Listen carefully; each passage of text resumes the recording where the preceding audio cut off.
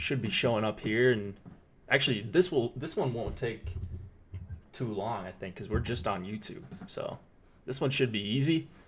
I will wait until we get confirmation, though, that we are live, and there it goes. How's it going, everybody? This is the Osmo.com NHL DFS strategy show presented by Yahoo Daily Fantasy Sports. We love Yahoo Daily Fantasy Sports. I'm Jay Kari, joined, per usual, by Nolan Kelly. Nolan, how you doing, man? What's going on?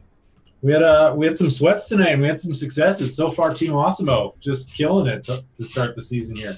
You got to win. Tom's got to win. Alex got to win. Yeah. I got to win. Slim Cliffy gets a win yesterday. Cliffy, well, I don't have a win, actually. So you got a big second. I have a nice second place. Thought I might get another one last night, but we'll go through that in just a minute.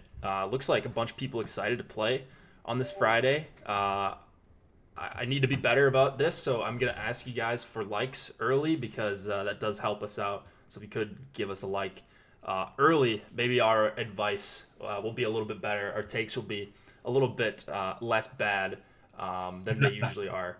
So we've got a bunch to talk about. It's a 5-game slate. This first game, you see it's grayed out. This is a showdown slate, so we're not going to worry about the Colorado-Vegas game.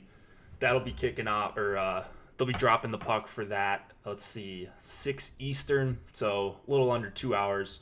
We're going to go over the 5-game main slate on DraftKings FanDuel and Yahoo. Speaking of Yahoo, Nolan, you did the Yahoo show today talking about these huge NFL contests over on Yahoo, namely the 250K baller. What'd you guys talk about? Yeah, we just Alex is at a wedding this weekend, so Chris Randone guest hosted, and we just kind of broke down the entire Yahoo slate, went game by game, talked about some of the bargains. Pricing is a little bit tight this week on Yahoo for fantasy for the NFL, so some interesting spots to go to. The Alex has his rankings out as well. It's a great spot to play if you haven't already.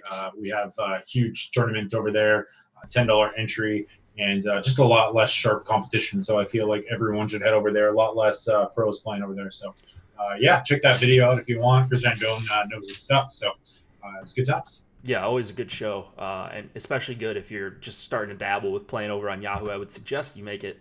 It should be a priority with these low management fees. You're not going to find much better. And no management fee on the $3 5 max this week.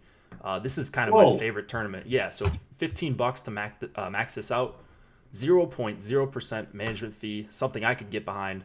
Under 3,000 entries, but $1,200 up top. A little bit of a flatter payout than what you see on some of these other sites as well, and that's because of the lower rake. So pretty good deal all around on Yahoo. Don't forget about the NHL contests. Those have been pretty soft as well. We're seeing, not that our subscribers can only win on soft tournaments, but they are dominating over there this last week and a half or so, since people have started to move over there, maybe frustrated with some of the other bigger sites, which is certainly understandable. So give Yahoo Daily Fantasy Sports a try and use promo code AWESOMO to get up to $30 of Yahoo Sports rewards points. That is essentially cash when you're playing Yahoo Daily Fantasy Sports. So take advantage of that on your first deposit, and you will not be disappointed.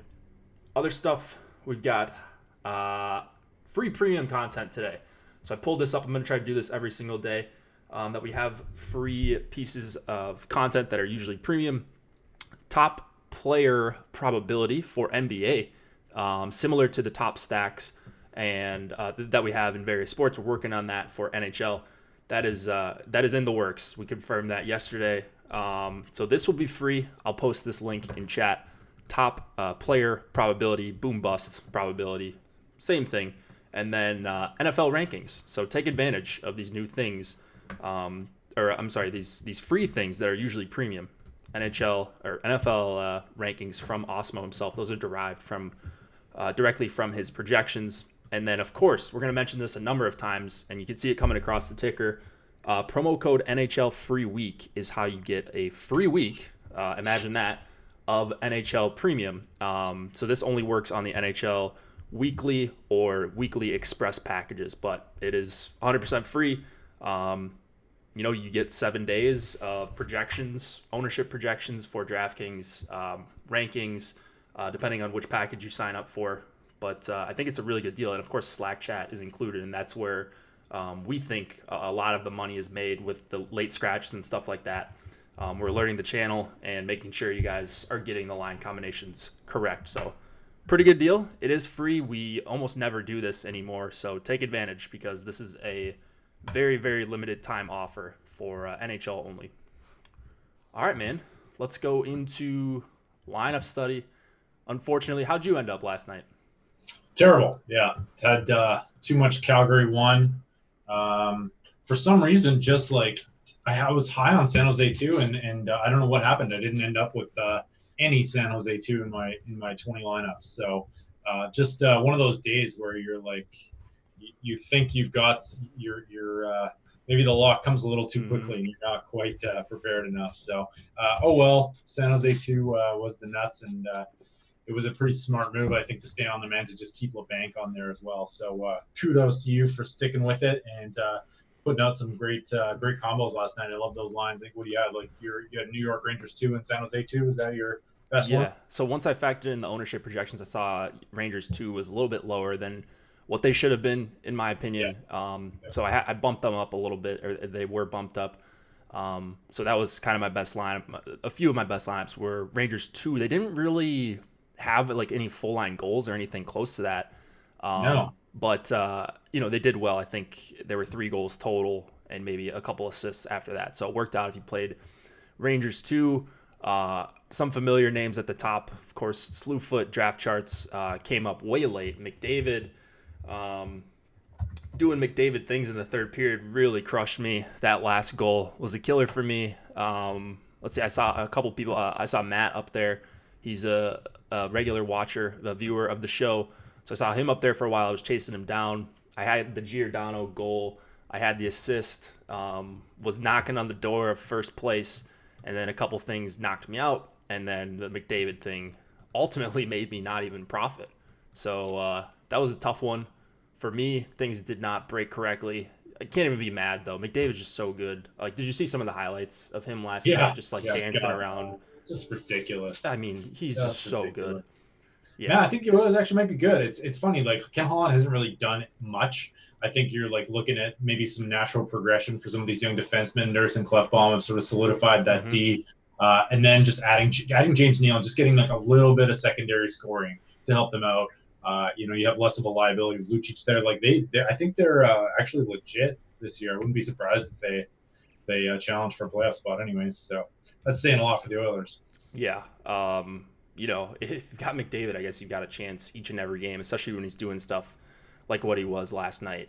Man, he's incredible. So, I'll make sure to mention that every single time he's on the slate. And just like, if I ever say I'm going to fade McDavid, just, yell at me when I get off stream, because that seems like always a bad idea. The guy, he's just so damn good. Looking at some of the other tournaments on the slate, we had Slewfoot taking down a number of different tournaments. I think he took down the Q as well, profited $28K in the 222. He had that same lineup he had up in the $10 as well. So he had Rangers 2 with SJ2 with LeBanc still in there, so he didn't swap off. There was still power play correlation, so I thought it wasn't necessary. I didn't even know if Gregor was going to stick on. I changed it on FanDuel. I left LeBanc in on DraftKings, so that's why you saw a little bit of a different strategy. But ended up almost working out for me. It looks like it worked out for Slewfoot in a pretty big way. No shock there. A lot of 3-3s. I think did he have a correlated goalie here? No correlated goalie. 4-3-1 though with Carlson and his SJ2 stack. Let's see, what else do you have? Oh no, this one was Atkinson, one off with Strome, Buchnevich, and Trouba. So a little bit of an unconventional 4-3-1. The one being a winger instead of a defenseman, and then uncorrelated goalie for Slewfoot. So good stuff out of him as always. As I mentioned, a couple other tournaments he took down, and then let's take a look at Slim Cliffy's lineup. Cliffy banked the $3 20 max. I think he kind of lives in the 20 max range, kind of like you, Nolan. So certainly a little bit of a different art than like say a 150 or obviously a single entry. So Cliffy, he had 14 of his 20 lineups cash. 171.6 was the winning score for him. let's see. He had McDavid, so his lineup came on late. McDavid with Ethan Bear and Draisaitl. So another unconventional three-man left off. Zach Kassian. Can't really blame him there. Hurdle, Kane, LeBanc. Craig Smith won off. That was kind of the key here. 20.3 DraftKings points. Bear got a good performance out of him. Double punted defenseman with Sandheim and Ethan Bear. And then he didn't even have a winning goalie. And it wasn't even one that he saw a bunch of shots. He had Darcy Kemper in there for 2.1 points. So did it all with the forwards and his punt defenseman. So really impressive there by Cliffy. Nice to see him take something down. And he really dominated the tournament. He had a number of entries in the top 100. Or he had a couple in the top 25, a bunch in the top 300 or so. So he was just on the right stuff. McDavid was. And nice segue to our show tomorrow as well. It's going to be me and Slim Cliffy breaking down the slate. Do we know what time do you usually do that show, by the way? Just let our viewers know. It kind of switches around on Saturdays just because of the weird schedule. We don't have On the Contrary tomorrow, right? Because that's going on as we're talking right now. But it's really whenever you guys want to do it. So whenever you come up with a time, whether it's tonight or tomorrow morning, just put the word out on Twitter and Slack there. Exactly. The people will find it. I've found. So we've jumped around. I'm going to try to come up with more of a consistent time. I think the following Saturday, it might be a little bit earlier than what we're seeing, maybe closer like 1 Eastern or somewhere in there. But, we'll talk about that when we get to it. Jake, this is probably a very general question, but what's your process for deciding exposures when max entering? Are you handpicking lineups from your crunches until you get 150? Good question. I don't necessarily try to limit exposure. I try to stay out of it, stay out of what the optimizer's doing for the most part.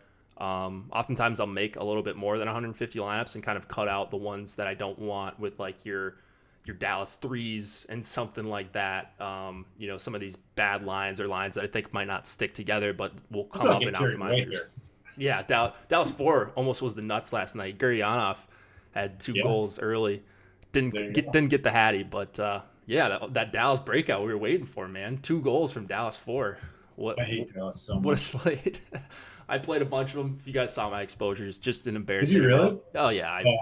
I am on full Dallas. You played a bunch of Dallas 4 or just Dallas? No, just Dallas 1.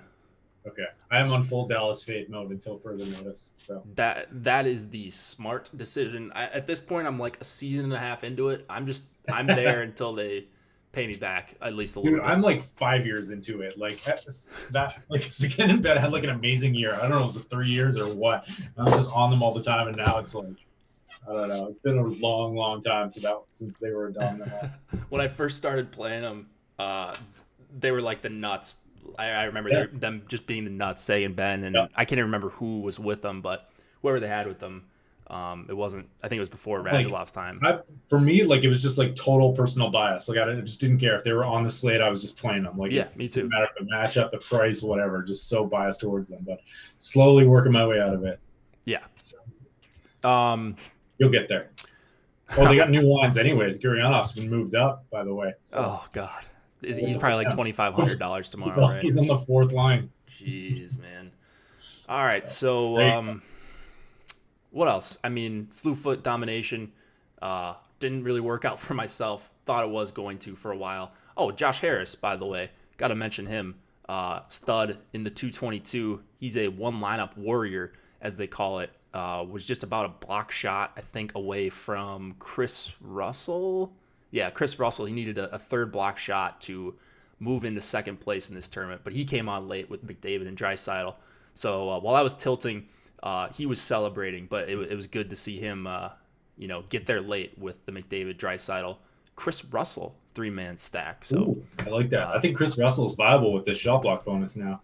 So yeah, for sure. That's the kind of guy where when he's super cheap. And you think the Oilers are going to get caved. I mean, that's the kind of guy that could get you 5-6 block shots. And that's, what you're looking for. If he gets an assist, you're just doing cartwheels. So let's move it into, about 20 minutes in. Perfect timing. Once again, perfect time, as Josh always says, perfect time to hit the like button as we move into these games. hopefully we can give you guys some quality analysis, but I think it's going to be a little bit better as we get more likes. So that's also my Alex impersonation there. So combination. All right, let's do it. 3.1 implied total for the Sharks. We have 3.5 for the Maple Leafs. Martin Jones in net against Frederik Andersen. I'm not sure why the numbers are so small in the lineup builder, but hopefully you guys can see them. What do we got here, Nolan? Anything different? Oh, sorry, I wasn't paying attention there. I just saw the Leicester Southampton score in the EPL and was just. Are you talking soccer right now? It's 7-0 for Leicester. Jeez, what a drubbing! Wow, crazy. Okay, sorry. Let's dive into this. Sharks Leafs. So we got Sharks Leafs. Yeah. So Sharks played last night. I don't think we had any changes on that front. Actually, I don't think we have any changes from this game at all. Let me just pull up my article real quick to make sure. Did you notice anything offhand? I do not. So we had that little fiasco with LeBanc being reported on the third line and Noah Gregor moving up to the top line for the Sharks. So some people swapped off. The people that didn't got rewarded. So it was frustrating. But if you kept LeBanc up there, they were all on the power play together. So I think like in a spot like that too, like with just limited, there wasn't much ownership on that line to begin with, and they're on the power play, like you said. Like you're just better off leaving them on. Yeah, I think that was the right play without even trying to hindsight it. So, we might see something weird again from the Sharks. I would guess they just go back to LeBanc. I wouldn't freak out if we do see something different, like a slight change. I would be fine playing LeBanc with Hurdle and Kane. But anyways, I know some people were tilted about that and didn't know whether or not to swap. It swapped off and kind of burned them. But nothing different from the Leafs side either that I'm seeing. Just that Toronto 1 is incredibly underpriced. Yeah, and it's not really different, but I guess like Marner was up with Matthews on that top line, and it looks like they're going back to the Janssen and Nylander combo as well. And then Morgan Riley missed practice this morning, though he is expected to play, and not. I don't think we're expecting any changes. Though Jake Muzzin was up on the power play 1 last night, and just watch those Sharks lines again. Like no morning skate today, so there might be some changes pre-game. Yeah, certainly could be. So of course, always keep an eye out for lines, but. With the Sharks playing last night, I think you're more likely to see something weird. But they did win that game, so who knows? Are we going 100% Toronto 1 tonight, or what's our what's our exposure to it? It's like, would you rather go 100% or 0 if you're playing like 20 lineups? Because for me, I think it's probably 100. I mean, there's a few things here. So not only they're underpriced, just like from a projection standpoint, all of these guys, like I think Matthews is underpriced by like $500 at least. Like he should be by far the most expensive skater on the slate. But anyways, you look at Andreas Janssen and William Nylander, even if they get swapped off the line, so even if something crazy happens where they're down 3-0 in the first period, and all of a sudden you get Marner up there, the stack's not ruined because it's cheap. It can still get there on the power play. You've got a bad goalie on the other side in Martin Jones. You've got this trio. Is it Dell tonight? No, Dell was last night. Marty Jones tonight. This trio of Janssen, Nylander, and Matthews has been really good at 5-on-5. They're going to be chalky, but you're going to see Matthews be the chalkiest, and then probably Janssen and Nylander being like around 20-ish%, maybe touching 25. It's too good of a spot back to back for the Sharks. I don't know how I really avoid this. So no, I agree. It's just chalk fest, but it's good chalk. I think 3.97 goals against average, 0-2-1 for Martin Jones, 864 save percentage. Like he's terrible. Sharks on back to back. Leafs have a 3.8 implied goal total, and they don't have Tavares in there. So the only way, you just have to really think a little bit about how you're constructing these lineups. I think, right? Like just find some contrarian spots to stack them up, and then if you're stacking them up with another chalky line, then find some pivots at D that are low owned. Like those are your only two options, because you can't go chalk here. You're going to have 100. You're going to be competing with like 100 lineups. So yeah, so this is one of those where it's going to be the most popular line of the night. I would be shocked if we see anything else when ownership comes out in the next few minutes, or actually probably after the show, because Alex is on the contrary But yeah, man, I mean, they're just way, way, way too cheap. So I'm just taking advantage here. I'm eating the chalk. I'm probably going to be over on Matthew or on Nylander and Janssen. I don't know where Matthews is going to end up because people one off him. I just hope that doesn't get rewarded, the Matthews one off, if he does go nuts. Like, Yeah, that's the danger, right? yeah. So like, whatever. If he scores a goal, fine, and it's an unassisted goal. If he does that one time, you're probably still fine. Like, you can still one off Matthews. Don't get me wrong, but like, if he goes nuclear, like we saw a couple times early in the season, while his line mates just get left in the dust and only Matthews one offs get there, that would be a little bit frustrating. So, maybe you leave one of these guys off. Maybe you just go 3-2-1 with Toronto 1 being your 3, and you go 2-1 to try to get some differentiation on a short slate. But I just don't know how you avoid this. Power play stack, do whatever you want, but there's just no real reason to get off of Leafs 1 if you're building more than one lineup, I think. Or even if you are building one lineup, honestly, they'd probably still make it. Yeah, and I think game stacks are viable here too.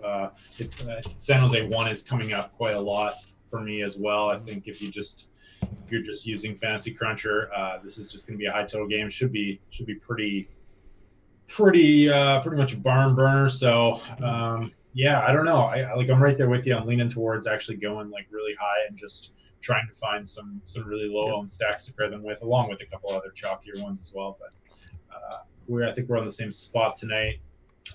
As well, like, I'm not loving a lot of these other lines on the slate. Vancouver 2 is a little bit overpriced, but fine.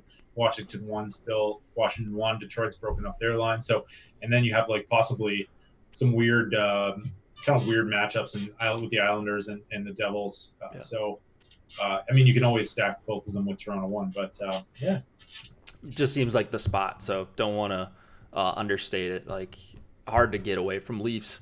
I will not be doing that intentionally at all. Josh stacks?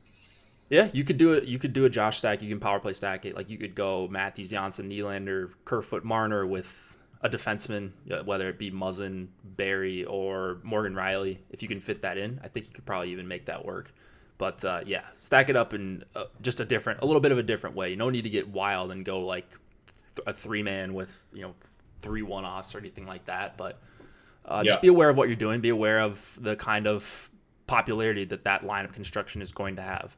And I think it's okay. I think the correlating goalie is not a bad way to go here as well. Popping in Freddie Anderson, sure, because Sharks generate a fair amount of shots normally, though maybe not this year. I don't know. No, I think you're right. I mean, Leafs are just going to give up a lot of shots too, so yeah, I think that's a good call. And I think people will be off him. I don't think he's going to get a ton of ownership, but maybe I'm wrong there. Leafs give up the 5th most amount of shots per game. Yeah, large total against him, and he's expensive, so he's not going to project as a great value. So I like him. I like him. Other side, I think I prefer the second line as a full stack. I just like all 3 of those guys. Marlowe kind of ruins the top line for me, even though Timo Meier is incredibly underpriced at 5K. I mean, he just should never be under 5K. So I like the Couture Meyer 2-man. That'll be a 3-2-1 I use with those guys as my 2-man. Brent Burns, $6,900. Erik Karlsson, $5,800. Pick your poison there. I like Burns. I'll be getting to probably a little bit more Burns, but it's close with the savings you get from Erik Karlsson. I really like paying up for defensemen tonight if I can, because there's really only a few guys that I want to play, but there's not a lot after that. Anything else in this game before we move on? No, I'm right there with you. Yeah, I think I like San Jose 1 just a little bit more, just because I think the recency bias is going to be on San Jose 2 and San Jose 1 just a little bit cheaper. That's about it. I don't know. San Jose 3, interest you at all? Nothing. If it was Thornton with Sorensen and LeBanc, like we saw that line do well last year, just have some history together, I think I would be. They're all so cheap though. But it's like Thornton with not even a good winger is the problem. Like, if it was LeBanc, a guy that could score multiple goals, I'd be okay. But they don't get power play time. They just, like, Thornton stinks for DFS. If I get beat by SJ3, I'm fine with that. Barkley, Goodrow. Sorensen's up there, though. Yeah, Sorensen's – I mean, right. Sorensen's fine, but I need LeBanc or someone there that I think has some upside on their own. I think one way to go as well, like if you build that, like let's say you build a line or a lineup with San Jose 3 and Toronto 1, you're left with just an absolute crap ton of cash left Sure. over. You can pop in two high-priced defensemen. You're left with like $3,300 on DraftKings. One strategy that might be viable tonight is just to leave some cash on the table. 5-game slate, it's shorter. If you take some of these lines, if you take some of these lower priced lines for like third and fourth lines and stack them with Toronto 1, there's going to be so much cash left over that someone's going to take out one of them and put another player in, which is a more optimal strategy, but you might actually end up with some unique double stacks that no one's going to have. Yeah, I like that. I agree. All right, let's go to Arizona and the New Jersey Devils. Antti Ranta, Mackenzie Blackwood in net. 2.7 implied total for the Coyotes. 2.9 for the Devils. Anything new here?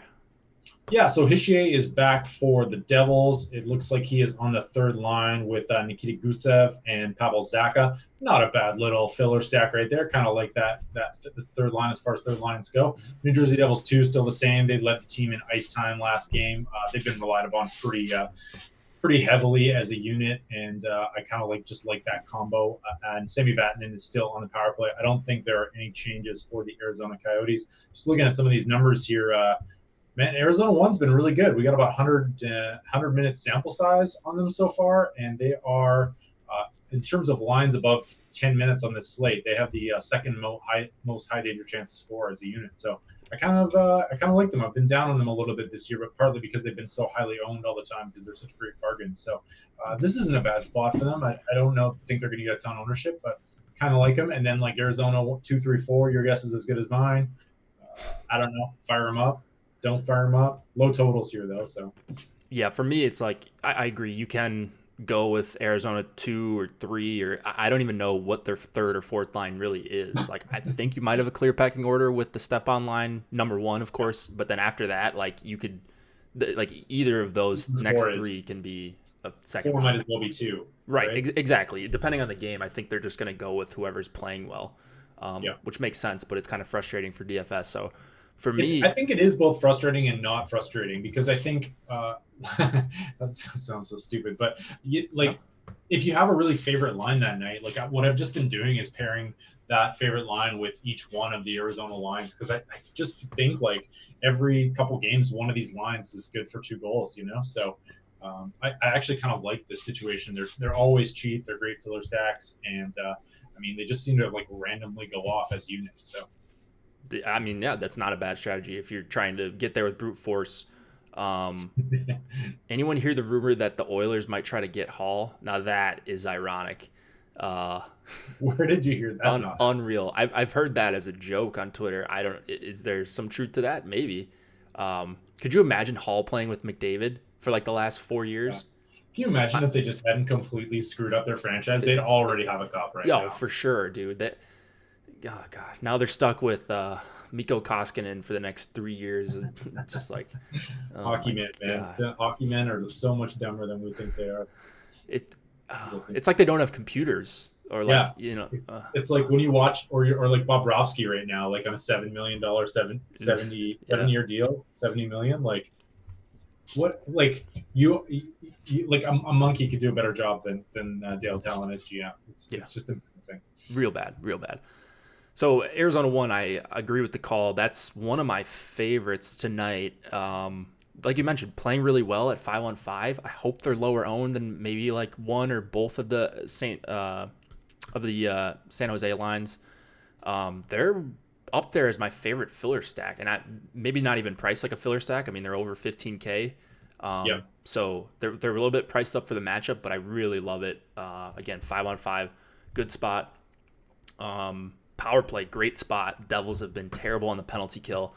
They're going to positively regress some, but I love that they're all on the top power play together, and they've stuck there basically the whole season. So Arizona 1, I love in this game. Kind of neutral on New Jersey 1 here. That's really the only line I want to play with any sort of regularity. I don't know if I love Hughes up there just yet. They haven't really done much together yet, so that makes me a little bit nervous. I do really like Hall as a one-off, though. Like, I'll play him whenever. Like, it just feels like one of those games where the Devils score 2 goals and Hall gets an assist and a goal, and he's really the only thing that comes out of that game that's worth anything. So I'm playing more Hall than Hughes and Palmieri. You could go Hall, Palmieri, 2-man. Of course, you can leave on Hughes. I'm not saying he's not going to do anything, but he's priced at 5K, so I don't think it's a great 5-on-5 spot for the Devils. So kind of tough for me to get to Devils 1 over, say, a Leafs 1 where the price is, less than 1,000. So yeah, I'm right there with you. This is just like, these are going to be not like huge portions of my my exposure tonight, but I'll have some of both. And I like New Jersey 3 a little bit. Hischier, Gusev, and Zach, all super cheap. I think that line as a combo is under 10 minutes, and there's some offensive talent there as well. Not your usual third line. So yeah, that third line, actually, I don't mind the call there. I really like Miles Wood on the second line for the Devils, and he's not there. It's Simmons. Yeah, take Simmons off and put him on, and that's something, I think. Yeah, like Wood, Zajac, Coleman, I could deal with that, especially as a shutdown line at home. Who I don't even think they're going to have a shutdown line tonight. Maybe they do. Maybe it's Zajac and I'm wrong, but I don't know. I think as far as third lines go, I agree. Devils 3. You could certainly find worse plays to get different than them. We did just get ownership, so nice. Let's see. Arizona 1 looks pretty. Their ownership's intact, man. I really like where they're at. Man, San Jose looks pretty popular. Both of the top 2, and Burns and Carlson, of course, but kind of expected that. Interesting. San Jose 1 looks to be a little bit higher than 2. What do you think about that? San Jose 1, 17%. Yeah, I think that's probably a optimizer play right there. Yeah, I'm guessing, because they're just cheaper, and Kane is priced up. So. Yep. But yeah, I mean, I'm happy to go back to San Jose 2 again tonight, for sure. Ekman Larsson's your guy if you're going with the Arizona 1 stack. $5,500, kind of a tough price, but it is a really good power play spot. I like getting down to Chychrun at 3,900 once again. Prefer him over Goligoski. I have no clue why he's 5,100, but Goligoski's 5,100, so I would just play Chychrun for $3,900. I don't think Chychrun's going to be owned very heavily, so you're not going to have to worry about that. Vatanen on the top power play for the Devils. He's going to be probably an optimizer play. I don't think it's a great power play spot, so I would be wary of how much Vatanen you're getting if you're actually using an optimizer, and maybe try to limit it, because I think his ownership's going to be a little bit higher than probably what it should be. So I'm going to end up in probably the 5 to 6% range. If he's right there, I mean, great. I don't want to be like over the field on Vatanen by a good margin. But anything else here? No, we're good. Islanders, Senators, 3.1 implied total for the Islanders, 2.9 for the Sens. Thomas Greiss expected to go after Varlamov went last night. They've been trading off. Anders Nilsson confirmed for the Senators. Same lines as last time for Ottawa?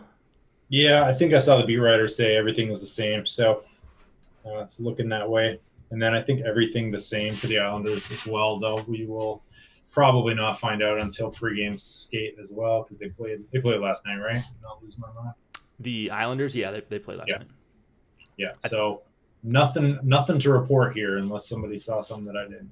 Yeah, so essentially no ownership going to much of anything in this game, even like Kachuk, 6,200. His price is getting up there a bit.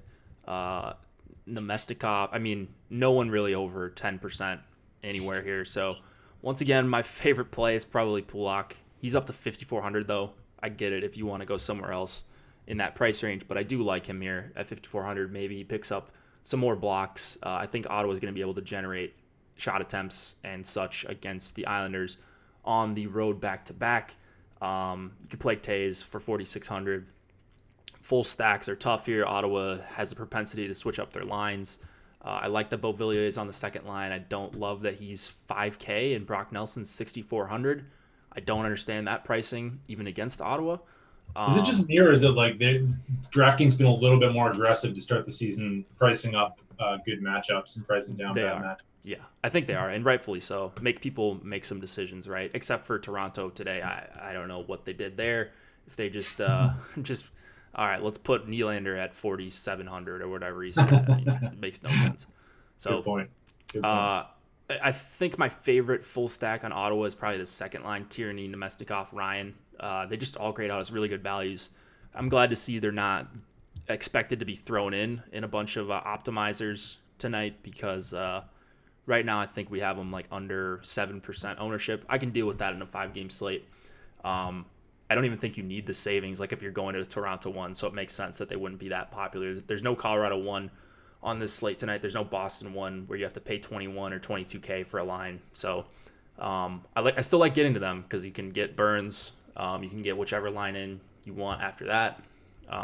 So I will be playing some Ottawa 2, and then I like Kachuk as a one-off once again for 6,200. What do you got here? Yeah, I'm with you there on Ottawa too. I don't. I actually kind of thought the. Let me just pull up the ownership here. I kind of thought the Islanders would be a little bit popular, but pricing Not really. has Yeah. something to do with that. That's a little bit weird, right? Yeah. So Barzell 7K, Yeah, and that's then why. Lee and Bailey are priced fine, especially Lee at 5,400. I think that's a pretty good value for him against Ottawa. Bailey at 5,100 is a whatever play for me. It's the same thing. Like it's gonna be that line is fine. It's overpriced. It's gonna fit in well with Toronto one Mm-hmm. stacks. So but the ownership isn't that high. So I got no problem going to the Islanders here. What's the Brock Nelson? What's Nelson's ownership? Nelson is I would bet he's like under Yeah, 3. Let's see, where five. is that? So Where's that? I don't hate that as well. Also, man, Islanders 4 getting some ownership here. 2%. That's surprising. Cizikas? Yeah, Jeez. 2%. What I just don't know what we need the savings for. Yeah, Is the yeah. I thing. would like see. That's the kind of play I would do if he was like less than 1% owned. That's the kind of play that I think you would possibly pair with Matthews in like a totally contrarian play. But Sure. Yeah, if Matthews' okay. line was priced up appropriately, like then that might be a line you just throw in once or Yeah, twice with the expensive lines. But tonight, yeah. like you don't even need the savings. 3 minimum salary guys though, and they honestly they might play like 12, 13 minutes at 5-on-5 if they're playing And well. yeah, exactly. And they do get a lot of defensive zone time as well. They're like top 20 in the league in lines for defensive zone time. So it's not as good of opportunity for them. One guy that sticks out to me, just heading back to the Arizona game for a second, Dvorak at 0.4%. Like Whoa. we were off on that projection last time. I noticed it was off a few percent. Do you think he's not going to be that low, right? I think it'll be a little bit higher, but I think he might go below 5. Low total for Arizona. Yep. I think in general, this isn't a spot that people love. Not a lot of name value there. Arizona 2 is priced up a little bit from what we've seen. So, yeah, I don't think he's going to be popular. He might be higher than, under 1% owned, but I wouldn't say he's like over 5, right? Yeah, for sure. What about, do you have any interest? Oh, never mind. They switched up the ones. Oh, Pajot. I saw Pajot got a lot of ice time last time. Any interest in this horrible Ottawa third line? Yeah, they were actually really good at 5-on-5. Remind me, who were they playing against last game? I was just looking at this before the show. Detroit. Yeah, they were going up against Larkin, Mm-hmm. I think for the most part, and they got a good amount of ice time. And I like Yeah, Pajot. 20 minutes as a unit. What's that? 20 minutes as a unit. Connor Brown is almost at a point a game this year. Oh God, just What's needed some going playing on? time, baby. Just needed some playing time. He just needed to get away from that anchor of Nylander and Nazem Kadri. Yeah, well, what terrible line mates. So now JGP, $4,400. I mean, he's a peripherals guy. He's gonna get some shots on goal. Some games he's gonna block a bunch of shots and do all the dirty work. So 4,400, not a bad one-off guy, and one that will be pretty low owned, I would imagine.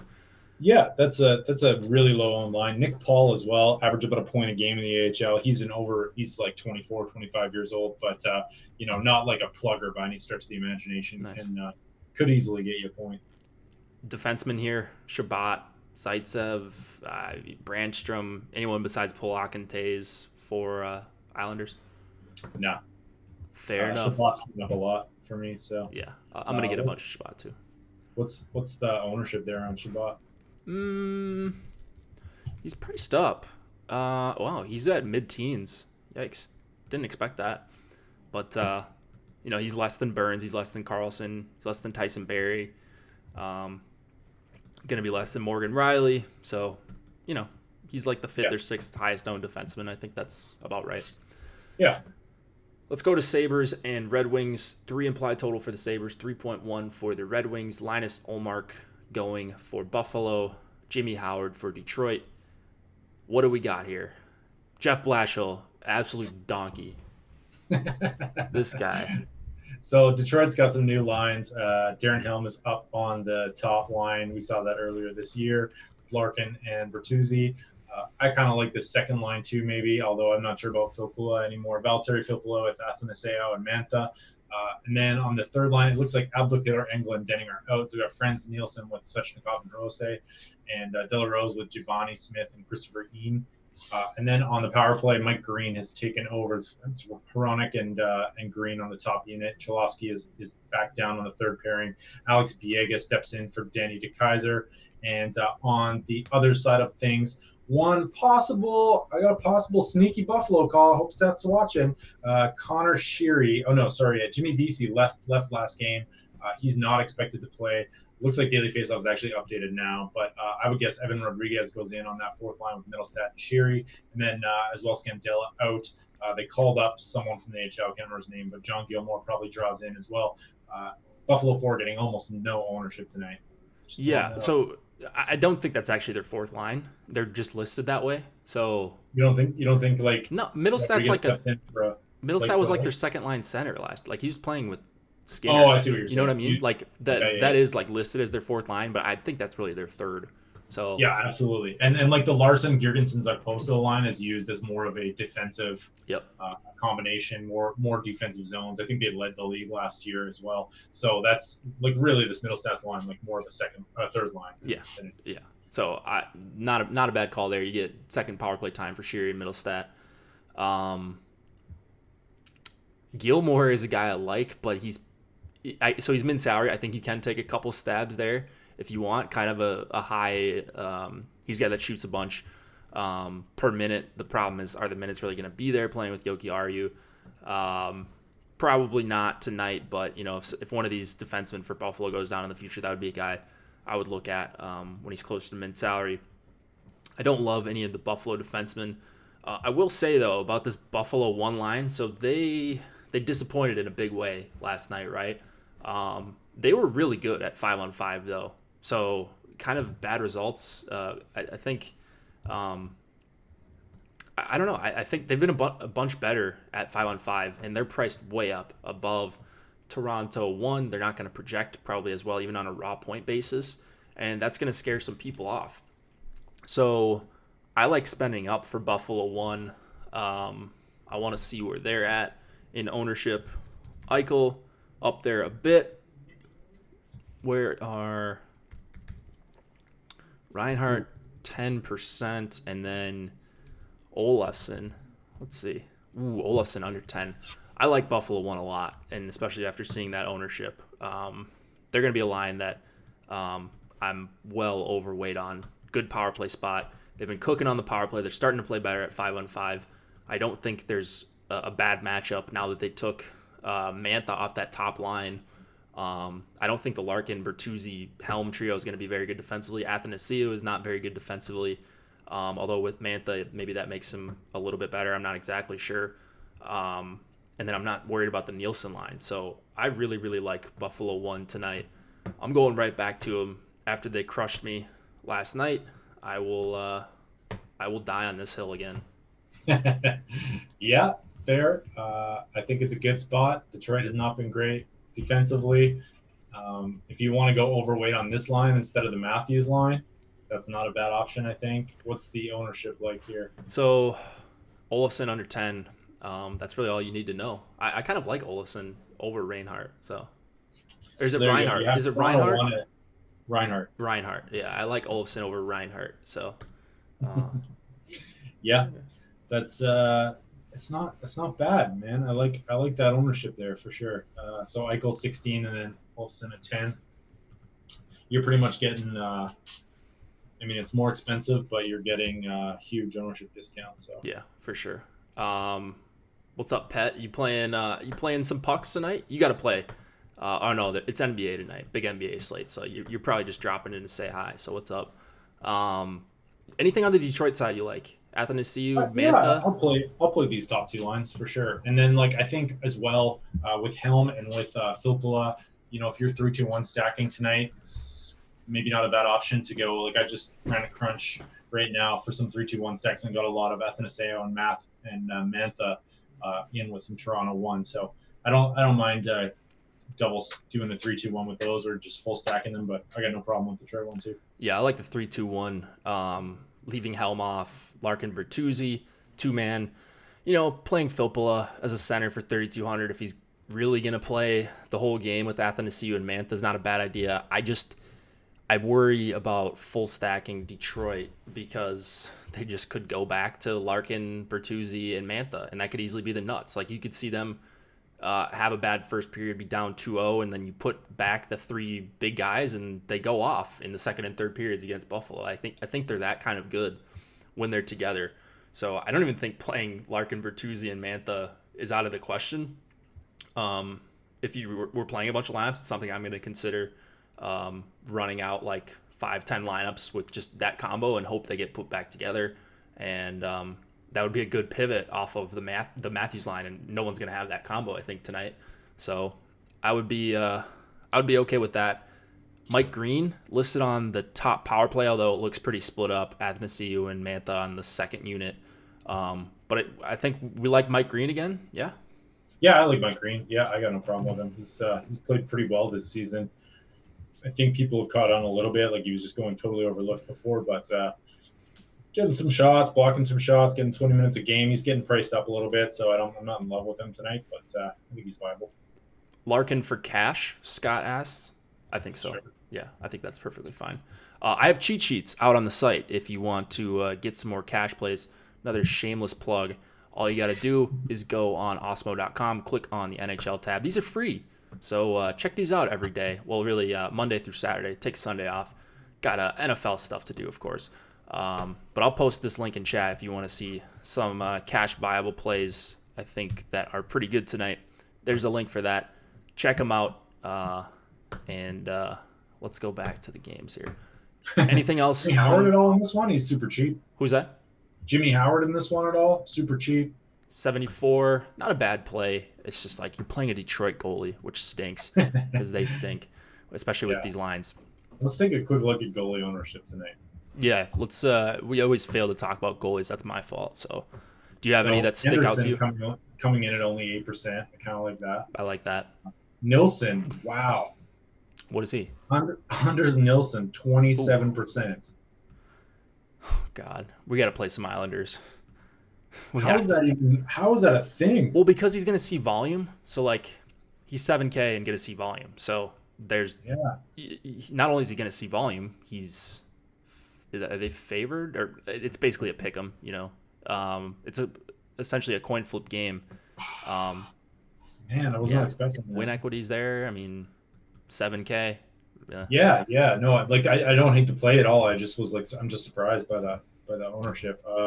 Right now, we have him projected for 12.7 points, which is fifth highest on the slate. Yeah, but he's a bargain, right? Right. He's the best value goalie.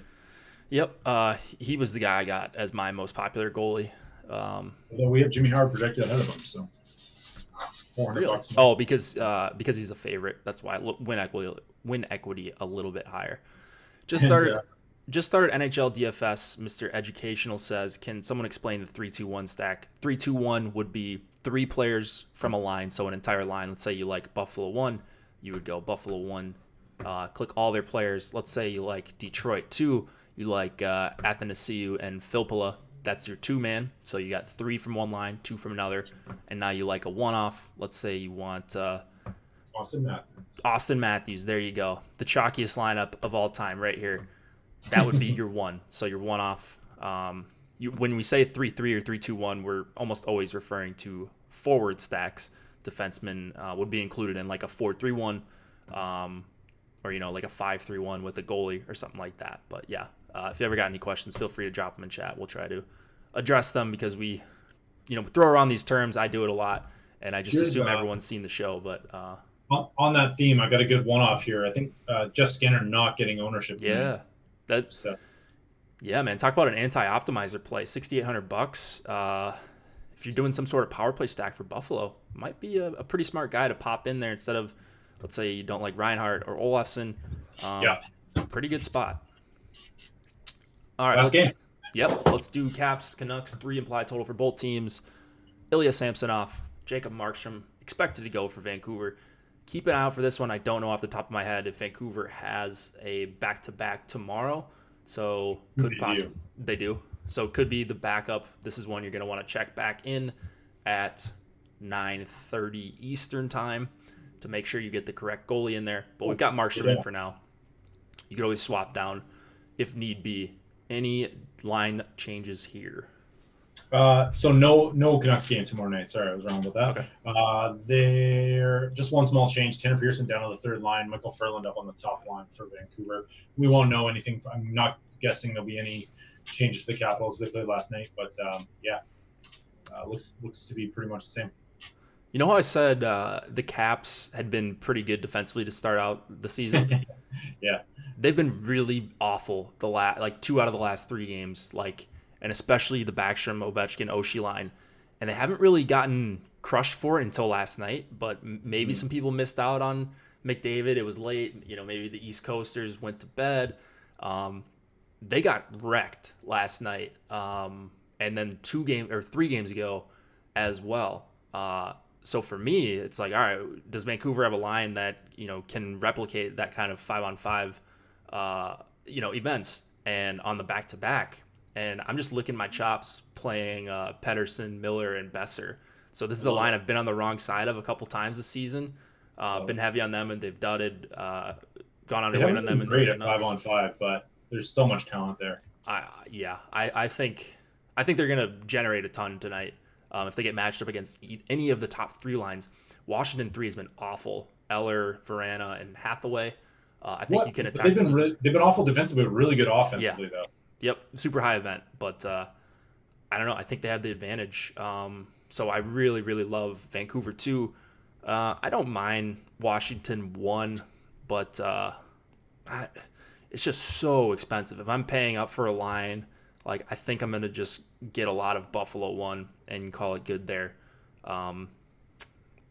Vancouver 2 is my jam, though, tonight.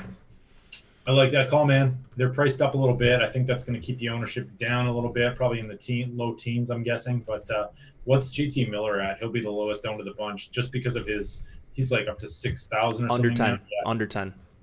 Under 10%. So sign me up for some Van 1 tonight. And contrarian goalie play would be firing in Markstrom or Demko. Markstrom getting 5%. So don't usually like to target the Capitals, but they are in back-to-backs. Overtime game last night, so I don't hate the call. And the Canucks have actually been kind of decent this year. So yeah, I really like Vancouver tonight. Late night hammer, standalone game. Love Quinn Hughes at 4,100. Yep. He's not projecting out well for us in the Awesemo ranking, so you probably have to manually adjust him if you want to get him into your lineups, bump him up. I just think that's one of those situations where the projections haven't had time to adjust to his production and just the general skill set that he brings. So Yep. He's attempting a lot of shots, so that's why I say I like him. 5+ shots per game in his 9 games. So I'd love to see that aggressiveness. Any interest in Van 3 here? Sutter, Pearson, Levo. All on the power play together. Not really a line I looked at. Pearson shoots a lot. Pearson does, per 60 player, not bad. Levo, too, he was an analytics guy a few years ago with Toronto. Hasn't really panned out, but they used that line in shutdown at points the last couple seasons. So if I knew they were going to see a bunch against Backstrom, Ovi, and Oshie, I think I would be okay with that. But I just worry that they're going to ride the top 2 lines here, and they're going to do most of the damage. So that's my only thing. Yeah. 2:00. I guess we got to get out of here. Yeah. Let's see. What do we got? Deeper dive coming up after this. Laffy and Adam breaking down the NBA slate. If you're looking to get over there and play, let's see. What do we have? Free stuff. Boom bust probability is free today. I will post this link once again in chat. Go check this out.